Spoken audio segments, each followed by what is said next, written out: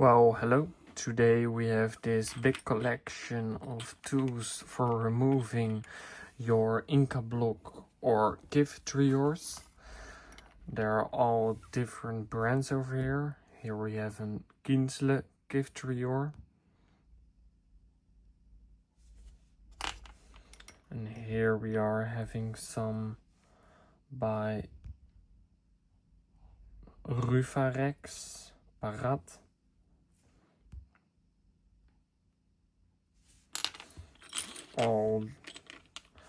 Here are some more Kienzles.